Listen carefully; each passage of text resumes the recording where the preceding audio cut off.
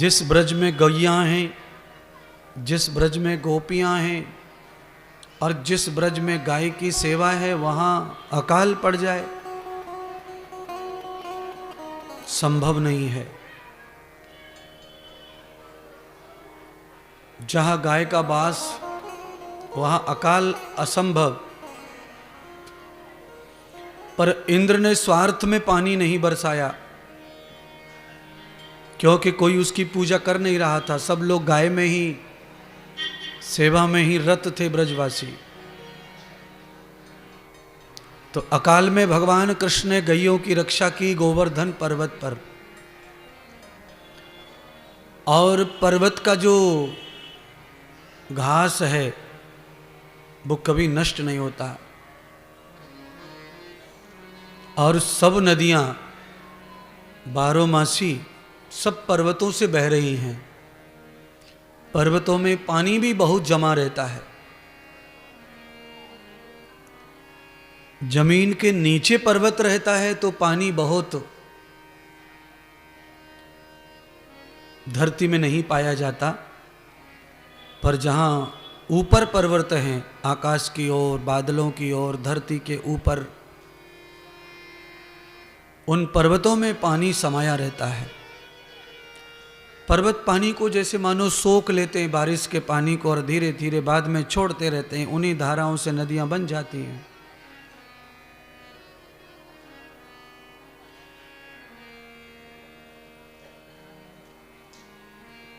श्री गोवर्धन पर्वत के बारे में अनेक कथाएं आती हैं।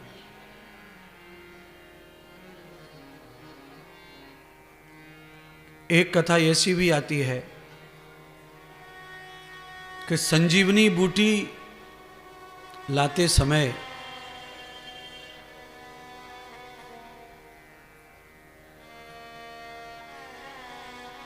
उसमें से कुछ हिस्सा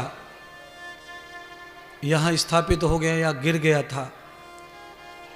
उसे भी उस तरह माना गया है कि वही गिरिराज पर्वत है, गोवर्धन पर्वत है। और दूसरा, उस पर्वत की स्थापना इस तरह भी मानी गई है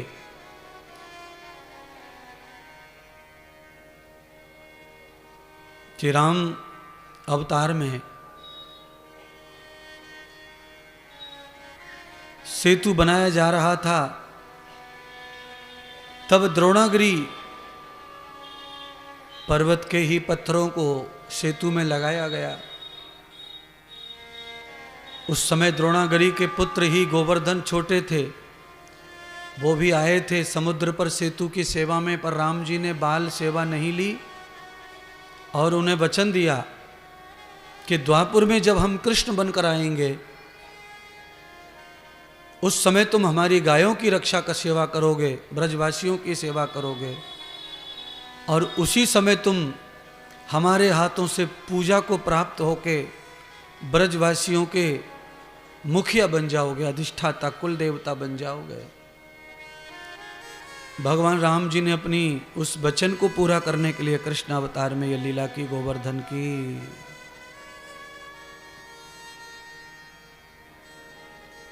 ये सब बंद है।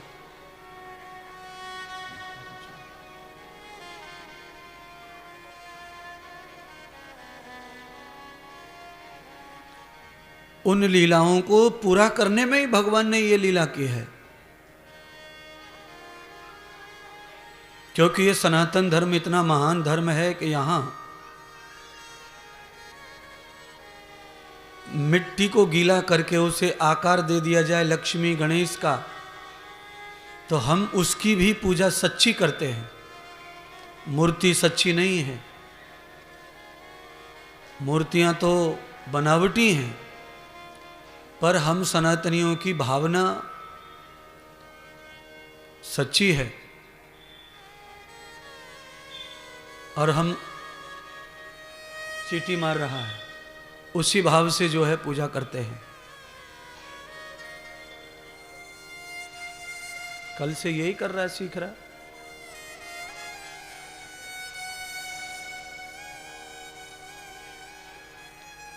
श्री गिरिराज धरण की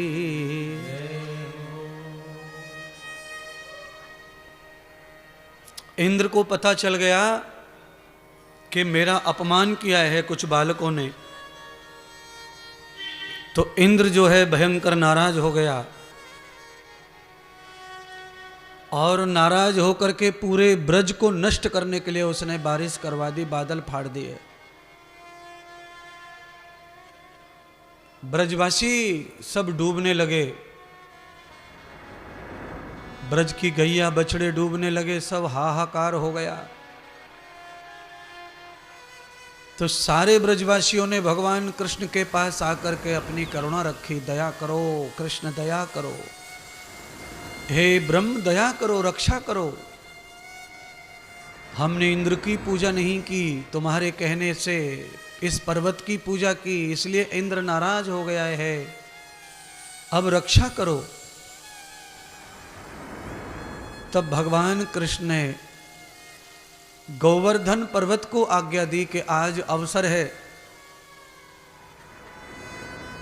इष्ट का, मित्र का, धन का और पत्नी का सच्चा साथ है, ये कैसे पता चलता है?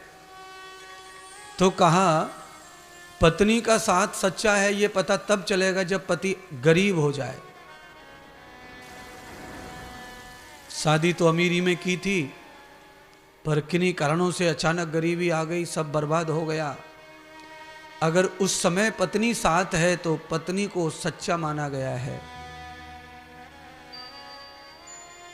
मित्र को कैसे माने कि मित्र सच्चा है? ये रिश्तेदारियां सच्ची हैं। तो कहा कभी अचानक आर्थिक विपदा आ जाए, उस समय मित्र और रिश्तेदार की परीक्षा हो सकती है। आर्थिक विपदा आने पर ऐसे घी बूरा दही बूरा खाने वाले तो रिश्तेदार अनेक हैं ही, उनका कुछ लेना देना नहीं है, क्योंकि होते में सबका साझा है। पर आर्थिक व्यवस्था बिगड़ने पर मित्र और रिश्तेदार क्या करते हैं आपका सहयोग, उस समय मित्र की और रिश्तेदार की परख हो जाती है, पहचान हो जाती है। किसी दैवीय संकट को आने पर इष्ट की परीक्षा हो सकती है। आप जिनको पूजते हैं, कोई दैवीय विपत्ता आ गई आपके ऊपर, मानो कोई भयंकर बीमारी आ गई, बाढ़ आ गई, खेत खराब हो गए, आंधी तूफान आ गया, सब मिट गया। ऐसी स्थिति में इष्ट जो है सच्चा होगा तो उनकी परीक्षा भी हो सकती है। और वैसे तो आप सब समझते ही हैं कुछ नहीं है।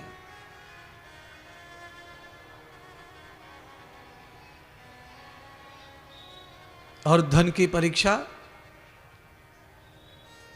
जब कोई आप धार्मिक अनुष्ठान करते हैं तब आपके पास में धन नहीं है और धन उपलब्ध हो गया है, अचानक से पूर्ति हो गई है, तो आप समझना कि धन होने का मतलब यही है, और धन है तो यही होगा। और धन की परीक्षा ऐसे ही काल में की जा सकती है। बाकी घर बनाना, शादी करना, ये करना, वो करना, इसमें धन की कोई परीक्षा नहीं है, ये भाग्य के अनुसार होता है। घर, मकान, प्लॉट ये भाग्य से होते हैं, धन से नहीं होते हैं, ये ध्यान रखना। इसी पांडाल में कई लोग ऐसे हैं जिन्होंने 1 रुपया कमाया नहीं है और फिर भी नाम पे है सब कुछ। केवल पिता मर गया, बस पिता मरने के बाद में सारा का सारा खेल बेटे के नाम पर पटवारी ने कर दिया है। ये कमाया इसलिए हुआ ऐसा नहीं है, पहले कभी कमाया होगा, कभी दान किया होगा, कभी कथा किया होगा, कभी सेवा किया होगा, तो भगवान के खाते में मौजूद था। पिता कर्जदार था, पिता खा के आया था, पुत्र बनकर हम आ गए अपने ऋण को चुकने के लिए, तो पिता चले गए और हमारा जो था वो हमारे लिए छोड़ गए। ये भाग्य का हो गया। पर धार्मिक अनुष्ठान में धन सपोर्ट करता है। जब आपको गिरने नहीं देता है तब ही धन की परीक्षा हो सकती है, क्योंकि धन भगवान का दूसरा नाम है। संपत्ति भगवान का दूसरा सुख है।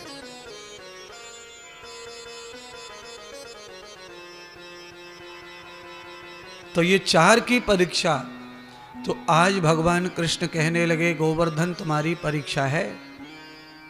तो गोवर्धन परीक्षा देने के लिए तो तैयार थे,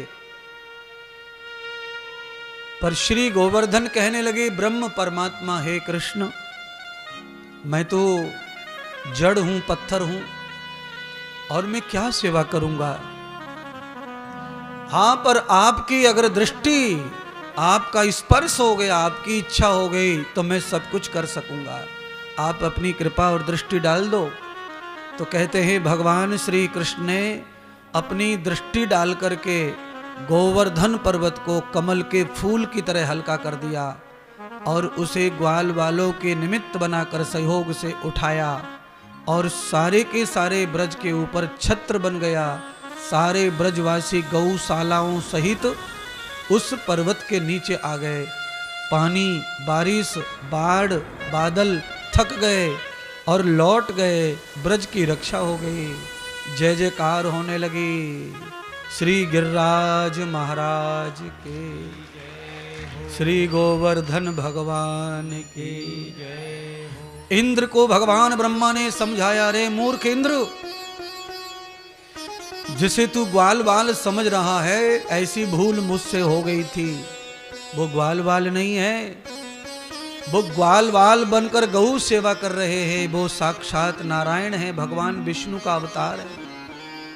अगर तुझे स्वर्ग का आसन बचाना है तो माफी मांग। तत्काल इंद्र ब्रज में आए हैं और भगवान के चरण पकड़कर माफी मांगी है और कहा, परमात्मा मुझसे आपकी पहचान नहीं हुई, मैं पहचान नहीं पाया आपको, माफ कर दो। आप इस भेष में आए हैं और आप ऐसी लीला कर रहे हैं, मैं कैसे पहचानूं। जैसे भूल इंद्र से हुई, ऐसे करोड़ों लोग धरती पर भी भूल करते हैं। सामने भगवान है, सामने बिल्कुल अपने साथ भगवान है, पर अपन नहीं पहचान पाते और भगवान अपनी लीला करके चले जाते हैं और अपन हाथ हिला कर रह जाते हैं। क्यों? न तो भगवान कहीं गए हैं और न ही भगवान कहीं से आते हैं। वो तो सर्वत्र हर समय सर्वव्यापक हैं, इसलिए सब जगह परमानेंट मौजूद हैं, क्योंकि भगवान का नाम ही सर्वव्यापक है। उसकी व्यापकता कभी कम न हो और कभी ज़्यादा न हो और कभी समाप्त ना हो, इसलिए प्रभु को निराकार कहते हैं, आकारों का स्वामी कहते हैं। सारे आकार जिनके यहाँ से अवतरित होते हैं वो निराकार। अच्छा बताओ, आप सब लोगों को जवाब देना है। आपके डिब्बे में आटा रखा हो, उस समय आप कह सकते हैं कचौड़ी रखी है? आपके डिब्बे में आटा रखा हो तब आप कह सकते हैं कि इस डिब्बे में मालपुआ रखे? अच्छा, आप कहेंगे भी तो कौन सुनेगा आपके? दिखाओ। डिब्बा खोल के दिखाया तो सूखा आटा, पर सच यह भी है कि उसमें कचौड़ी भी रखी है और मालपुआ भी रखा है। केवल किसी ज्ञानी का प्रयोग होना चाहिए आटे के साथ। कोई ज्ञानी, भाई देखो, जिसको मालपुआ बनाना आता है वो सूखे आटे को मालपुए का बना डालेगा, पानी में घोल करके फैन बना देगा। जिसे कचौड़ी बनानी है वो आटा लगा लेगा रोटी जैसा। प्रयोग भूख से, इच्छा से, प्रयोग से आप रूप का दर्शन कर सकते हैं उस निराकार आटे में। वैसे वो आटा है, पर आप उसमें पराठा देख लो, चीला देख लो, आपको जो पटे वो देख लो। अगर आपके अंदर पावर है तो आप उसे प्रकट भी कर सकते हो। परात चूल्हा तैयार रखो, सब कुछ प्रकट कर लो, जो आपको आइटम पसंद आए वो सब बना लो। सब मिल जाएगा। तो ऐसे ही इस संसार रूपी डिब्बे में परमात्मा पूरी तरह भरा पड़ा है। भक्तों के हित के लिए भक्तों की इच्छा अनुसार परमात्मा रूप धारण करते रहते हैं। बड़े ताऊ जी को पुआ पसंद है तो पुआ, चाचा को पराठे पसंद है, टेढ़े मेढ़े वाले पराठे। टेढ़े मेढ़े कौन से होते? परत वाले पराठे है। 4-5 बार बेलो, फिर ऐसा करो, घी लगाओ, फिर पलटो, फिर ऐसे है। परत के पराठे खा लो, आटा वही है। मालपुआ खा लो, आटा वही है। समोसे का मन आ रहा है, समोसे बना लो, आटा वही है। परमात्मा के साथ इतने रिश्ते हैं तुम्हारे। गीता का 18वां अध्याय पढ़ो, मोबाइल पे सर्च करो। पूरे श्लोक जब समाप्त हो जाए 18वें अध्याय के, तो उसका जो रिजल्ट है, भाव है, वो भाव क्या है? 18वें अध्याय का पूरे का जो भाव है वो एक ही है। बोलिए हिंदी में कि भाव का भूखा हूं मैं और भाव जग में सार है। भाव से भज लो मुझे तो सबका बेड़ा पार है। भगवान स्वयं कह रहे हैं गीता में अर्जुन से कि मैं भावना का भिखारी हूं। सोना चांदी हीरे मोती जवाहरात मुझे नहीं चाहिए किसी का। वो तो आप जिनको अच्छे लगे उनको चढ़ाओ, पर मैं भाव भूम हूं और बिना भाव के मैं प्राप्त नहीं हो सकता हूं।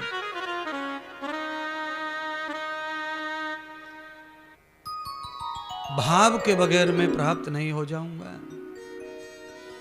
एक पढ़ी लिखी लुगाई आई, पति अनपढ़।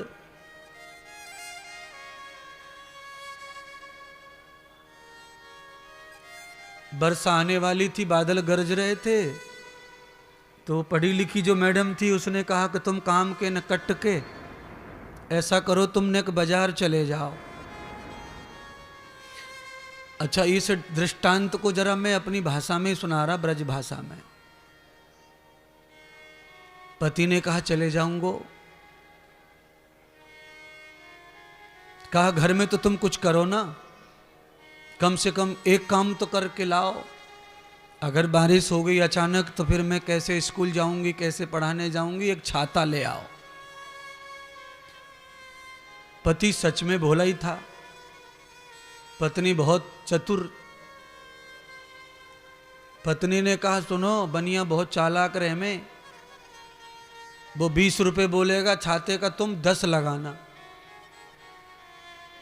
बनिया जितना भाव बोले उसका आधा भाव लगाना। तुम भोले बाबड़े हो, कछु समझो हो ना। पति ने कहा हो। तो सच बात वही निकली, जैसे ही छाता मांगा बनिया ने कहा लाओ 20 रुपए। तो पत्नी की आज्ञाकार पति ने कहा कि 10 रुपए।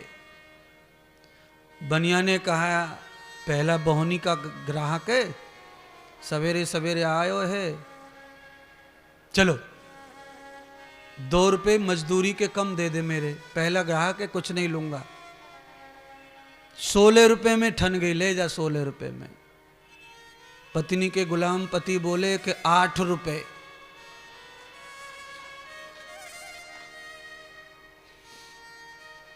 बनिया ने कहा ये तो मैं जिस भाव में लाया हूं उसी भाव में दे रहा हूं, कमाई 1 रुपए की भी नहीं कर रहा,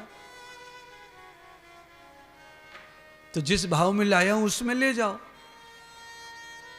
तो 8 रुपए।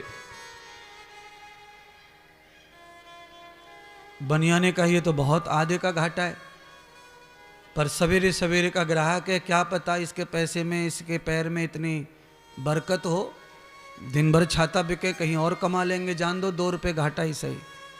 बनिया ने कहा चलो जितने में आया है ना उससे भी 2 रुपए कम दे जाओ, 12 रुपए दे जाओ। पत्नी के पतिव्रता पति ने कहा कि 6 रुपया। बनिया ने कहा क्या करना चाहिए भाई, सुबह सुबह का ग्राहक है, वापिस गया तो दुकान पे दिन भर का टेंशन आएगा, बोनी बिगड़ जाएगी। तो बनिया ने कहा चलो 4 का घाटा 10 दे दो। उसने कहा 5। बनिया ने सोचा कि जाना नहीं चाहिए, चाहे कैसा भी हो, थोड़ा बहुत भी दिया तो भी चलेगा। बनिया ने कहा न तुम्हारा न हमारा न किसी का, अब खाली नाम के लिए बोहनी करवा दो, तुम्हारा हमारा सब कैंसल, 8 रुपए में ले जाओ। उसने कहा 4। बनिया हो गया गुस्सा, चिढ़ गया। बनिया ने फेंक के छाता मारा दुकान में और फेंक के मारा और कहा ले फ्री में ले जा। अब इसने कहा फ्री में दे रहे हो तो 2 छाता 2 लूंगा, 1 नहीं लूंगा फ्री में। 2 छाता। ये तो वैसे काल्पनिक दृष्टांत मैंने बताया आपको, ये सब बनावटी था, पर इस बनावटी काल्पनिक दृष्टांत से ये सिद्ध हो रहा है कि दुकान पर छाता लेते समय आदमी अपने भाव को इतना बदलता है और इतना कम कम भाव करता है, तो छाता प्राप्त नहीं हुआ तो कम भाव से भगवान भी प्राप्त होने वाले नहीं है।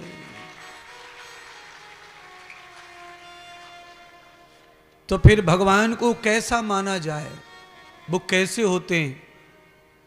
तो देखिए भागवत के अनुसार भगवान ऐसे होते हैं कि थोड़ी देर पहले ये जो पर्वत है ये खाली पर्वत और पत्थर ही था, और अब भगवान श्री कृष्ण ने उसको नाम दे दिया, तो अब वो गोवर्धन भगवान हो गए, ब्रजवासियों के देवता हो गए, क्योंकि उन्होंने भगवान से सिद्धि प्राप्त कर ली और सेवा प्राप्त कर ली।